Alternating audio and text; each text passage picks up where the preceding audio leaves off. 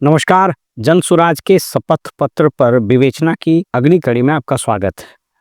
हम लोगों ने बात किया कि कैसे जन सुराज का जो शपथ पत्र है ये अन्य पार्टियों से बिल्कुल अलग है और इस पर गहराई से समझने की आवश्यकता है। पहले एपिसोड में मैंने कुछ बिंदुओं पर बात की, रिमेनिंग विषय पर हम बात करते हैं।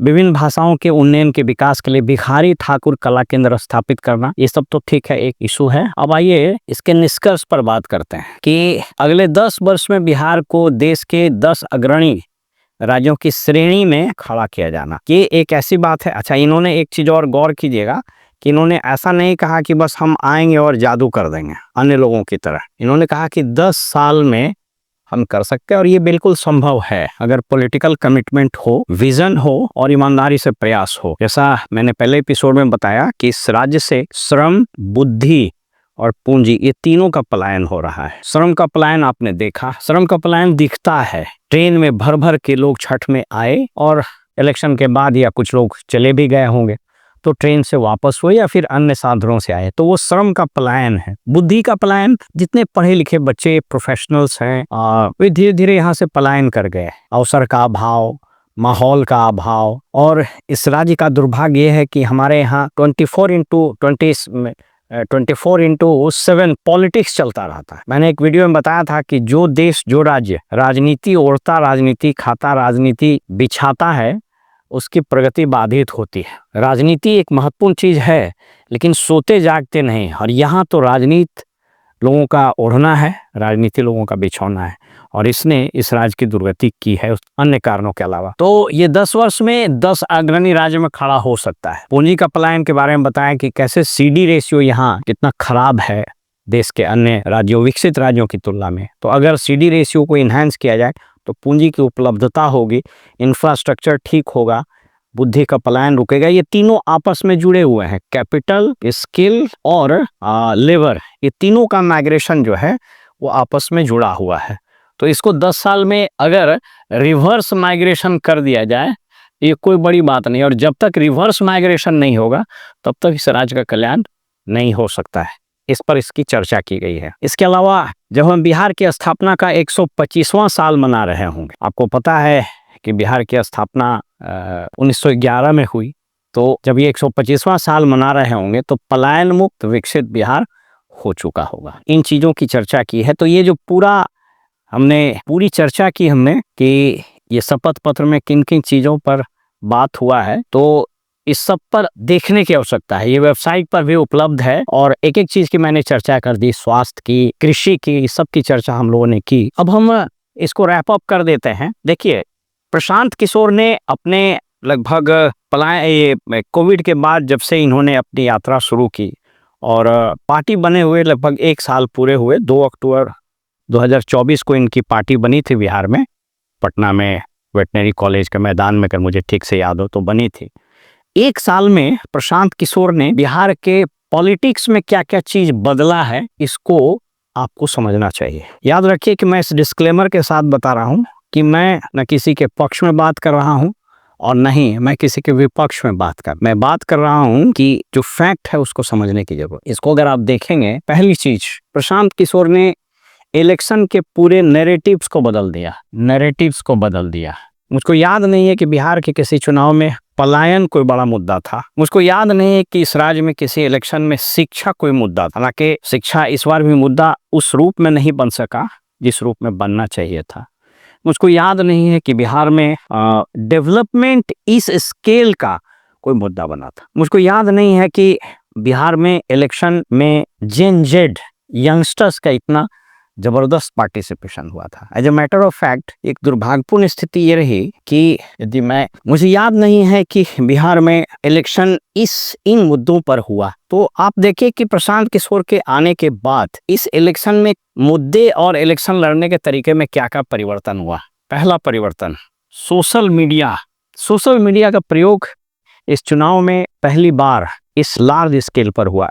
As a matter of fact आपको लगेगा कि सोशल मीडिया पर ही कंपेनिंग का वार चल रहा था। दूसरा, माइग्रेशन यानी पलायन, यह एक मुद्दा बन चुका।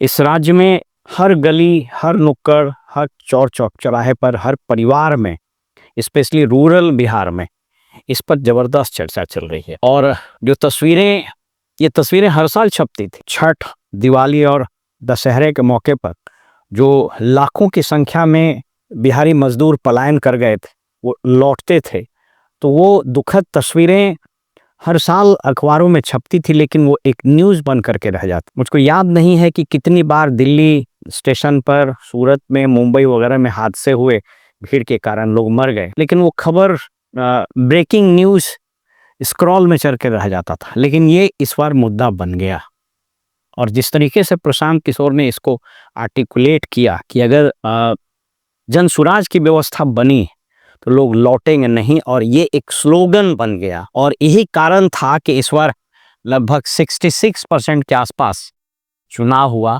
एक अनुमान के मुताबिक 60 लाख से ज़्यादा लोग इस बार वोट दिए हैं। ठीक है, उसका एक SIR का भी असर हो सकता है परसेंटेज बढ़ने का, क्योंकि जो 30 लाख के आसपास वोटर्स कटे, जो डेड, शिफ्टेड, माइग्रेटेड वगैरह थे, तो लेकिन फिर भी अगर उसको जोड़ लें तो प्लस 30 लाख तो और हुआ, प्लस अभी सेकेंड फेज का चुनाव बाकी। तो ये पलायन एक बहुत बड़ा मुद्दा बन गया है, और ये सिर्फ मुद्दा ही नहीं बन गया है, यह एक तरह से समझिए कि विपक्षी दल, सत्तारूढ़ दल और मेन विपक्षी दल के लिए एक बहुत बड़ा इशू बन गया, और कदाचित इसीलिए तेजस्वी को नौकरी वाली बात कहनी पड़ी। तीसरी चीज,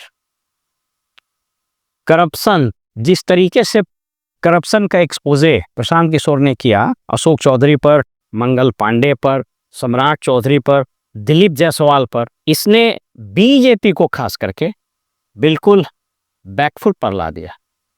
अब आप देखिएगा कि बीजेपी इस पूरे कैंपेन में भ्रष्टाचार पर बात नहीं कर रही है, क्योंकि उसके दामन दागदार नहीं, पूरे दाग से ही भरे हुए हैं। माने उनकी दाल में कोई दाल काला नहीं, पूरी दाल ही काला हो गया। दाल में काला नहीं है, काला दाल ही हो गया। तो ये बीजेपी बैकफुट पर चला। आपने देखा कि इसकी ताकत, इस बार अशोक चौधरी को नीतीश कुमार में अपने किसी मंच पर बैठने नहीं, इनफैक्ट वो कहीं प्रचार में भी नहीं निकले, और अच्छा किया कि उसको नहीं निकलने दिया। अन्यथा अशोक चौधरी का जो छवि, और खास करके उनकी पुत्री जैसे जिस तरीके से जनसुराज में आई, और जिस तरीके का हरकत वो लोग कर देते हैं, वो हंसी का पात्र बन गए हैं, और करप्शन का एक तरह से प्रतिमूर्ति बन गया। चौथा परिवर्तन जो आया प्रशांत किशोर के चुनाव में आने के कारण, वह जेन जेड, जो नेपाल में जिसकी खूब चर्चा हुई, यंग जनरेशन्स, 18 से 25 साल के जो बच्चे हैं, इनका 3 तरीके से इस चुनाव में उपस्थिति दर्ज हुआ। पहला, आक्रोश। मैंने कई वीडियो बनाए हैं, और सत्तारूढ़ दल के MLAs ज़्यादातर, और कुछ जो सिटिंग MLAs हैं RJD के भी और कुछ कम्युनिस्ट के भी, उनकी जो उनको जो आक्रोश का सामना करना पड़ा है। कुछ लोग हमसे आकर के अनौपचारिक रूप से बोले भी कि हम लोग कभी सोचते भी नहीं थे कि ग्रामीण इलाकों, इवन शहरी इलाकों में भी, पटना को छोड़ दीजिए, पटना एक अलग हिसाब किताब है, यहाँ किसी से कोई मतलब नहीं है, लेकिन जिस तरीके से जेन वाई, जेन जेड के बच्चे निकल करके प्रश्न पूछना शुरू किया, जलील करना शुरू किया। आपने देखा कि हाया घाट में कोई रामचंद्र सा, उसको दौड़ा के भगाया।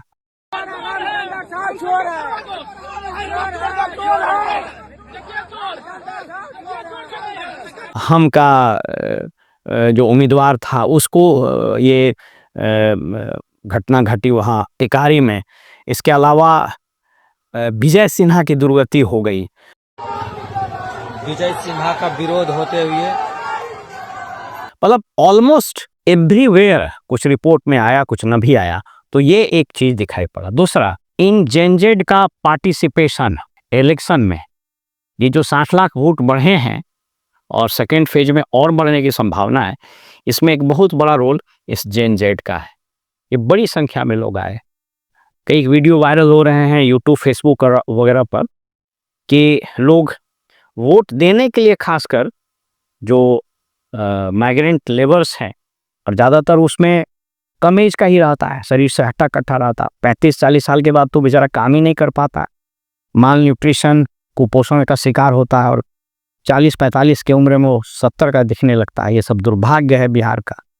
तो इन लोगों का पार्टिसिपेशन हुआ है। और जो थर्ड चीज हुआ है, इस यंग जनरेशन ने नैरेटिव्स खुद से क्रिएट कर दिया और इसने जो परंपरागत पार्टियों की हवा है और परंपरागत जो कैंडिडेट्स हैं उसकी हवा खराब कर दी है। यानी इसको बोलता है ना कि ऐसा रगेदा है उसको कि उसको पानी नहीं मिल रहा है, सबका होश खराब कर दिया है। तो ये एक देन है जनसुराज का और प्रशांत किशोर का। और पांचवी और एक अच्छी चीज जो ये हुई है कि जो गोदी मीडिया है, जो अब मीडिया कम और वो एक्टिंग का अड्डा ज़्यादा हो गया, इसके जो एंकर हैं वो अपने कंटेंट के लिए कम और अपने ड्रेस के लिए ज़्यादा जाते हैं।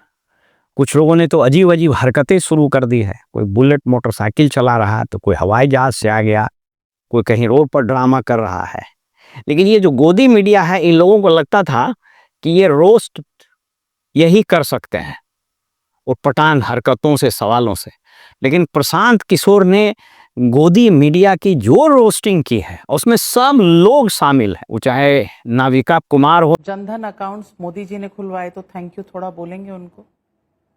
मतलब अगर नेहरू जी ने आईआईटी नहीं बनाए होते तो आज बिहार में इंजीनियर नहीं होते, तो उस हिसाब से नेहरू जी का भी धन्यवाद होना चाहिए।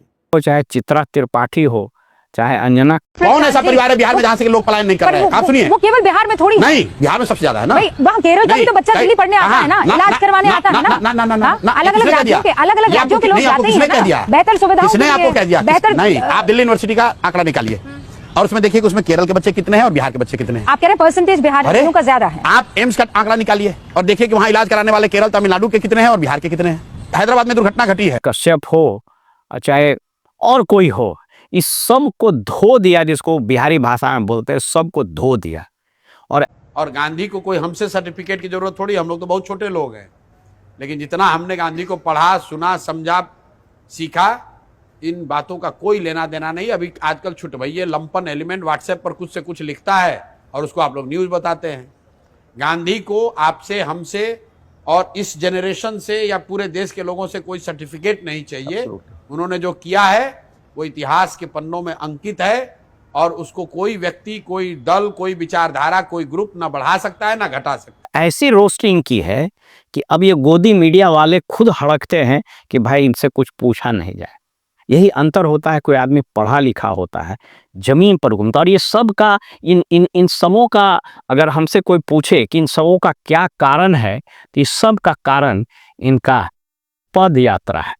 इस देश के राजनीतिक इतिहास में, इस देश के सामाजिक इतिहास में भी पद यात्रा का बहुत बड़ा रोल है। और मैं इसी को बता के अपनी बात खत्म करूंगा। जब गांधी जी साउथ अफ्रीका से 1910 के दशक में यहाँ आए, तब तक कांग्रेस एक पिटीशन देने वाली, याचिका समर्पित करने वाली पार्टी थी, जो वकीलों और पत्रकारों और बुद्धिजीवियों के ड्राइंग रूम, जमींदारों के बंगलों तक सीमित थे। इनफैक्ट जब चंपारण की यात्रा में गांधी जी आए थे, इंडिगो मूवमेंट जो नील की खेती के विरोध में उनका शुरू हुआ था आंदोलन, तो जब यहाँ आए तो उन्होंने उनके संस्मरण में लिखा हुआ है कि कांग्रेस का कोई नाम तक नहीं जानता था। जबकि सोचिए कि ऑलरेडी लगभग 25-30 साल तो हो ही चुका था इसके गठन का, कोई नाम नहीं जानता था। तो गांधी ने पद यात्रा शुरू की। उस वक्त 3rd क्लास कंपार्टमेंट होता था रेल का, और वहां से निकलकर पूरा देश घूम गए। क्योंकि जब तक आप लोगों को नहीं जानिएगा, आप लोगों के लिए बात नहीं कर पाइएगा। तो it is important that you should first know the people before you speak on the behalf of the people. लोगों की समस्याओं के बारे में बात करने से ज्यादा महत्वपूर्ण है लोगों की समस्या को पहले जानना। और प्रशांत किशोर की एक बात से सारे लोग सहमत होंगे कि बिहार गरीब जितना आंकड़ों में दिखता है, जमीन पर उससे ज्यादा दुखद स्थिति है। बिहार की बदहाली जितना आंकड़ों में है, उससे ज्यादा जमीन पर है। तो ये पदयात्रा का खेल है। तो पहला गांधी जी जब पदयात्रा शुरू किए, पूरे भारत को समझे, तो गांधी ने आज़ादी के आंदोलन को एक व्यापक स्वरूप दिया और जन आंदोलन बना दिया। दूसरी जयप्रकाश जी की यात्रा और विनोबा भावे की यात्रा, इन दोनों यात्राओं को आप याद कीजिए। विनोबा भावे की जब यात्रा हुई तो भूदान का एक मूवमेंट चला, जुड़े रहे। जेपी का जनेऊ तोड़ो मूवमेंट शुरू हुआ और फिर संपूर्ण क्रांति के बाद बिहार में वो बदलाव, इनफैक्ट देश में बदलाव हुआ। इंदिरा गांधी के जाने का सबसे बड़ा कारण था। आप याद कीजिए उत्तर प्रदेश में अखिलेश यादव ने इनफैक्ट अखिलेश यादव के बारे में कहा जाता है कि उन्होंने साइकिल से पूरे प्रदेश की यात्रा की, हजारों किलोमीटर चले और परिणाम ये हुआ कि वो एक स्थापित नेता के रूप में आ गए। बिहार में जेपी के बाद ऐसा कोई व्यक्ति पैदा नहीं हुआ जो यात्रा से निकल करके आ रहा हो। तो इस खेल में और इस रूप में जाना जाना चाहिए कि कैसे प्रशांत किशोर ने इन चीज़ों को बदल दिया है। तो बहरहाल मेरा यह प्रस्तुति आपको कैसा लगा, आप अपने कमेंट में हमें ज़रूर लिखें। मेरा उद्देश्य किसी व्यक्ति किसी का प्रचार करने आदि का नहीं है। मेरा उद्देश्य सिर्फ ये है कि मैं लोगों को ये बता सकूं कि वस्तु स्थिति क्या है और चीज़ें किस रूप में दिख रही है। अगले एपिसोड में दूसरे चरण के मतदान के बाद और अन्य विषय पर हम आपसे जल्दी मुखातिब होंगे। तब तक के लिए नमस्कार।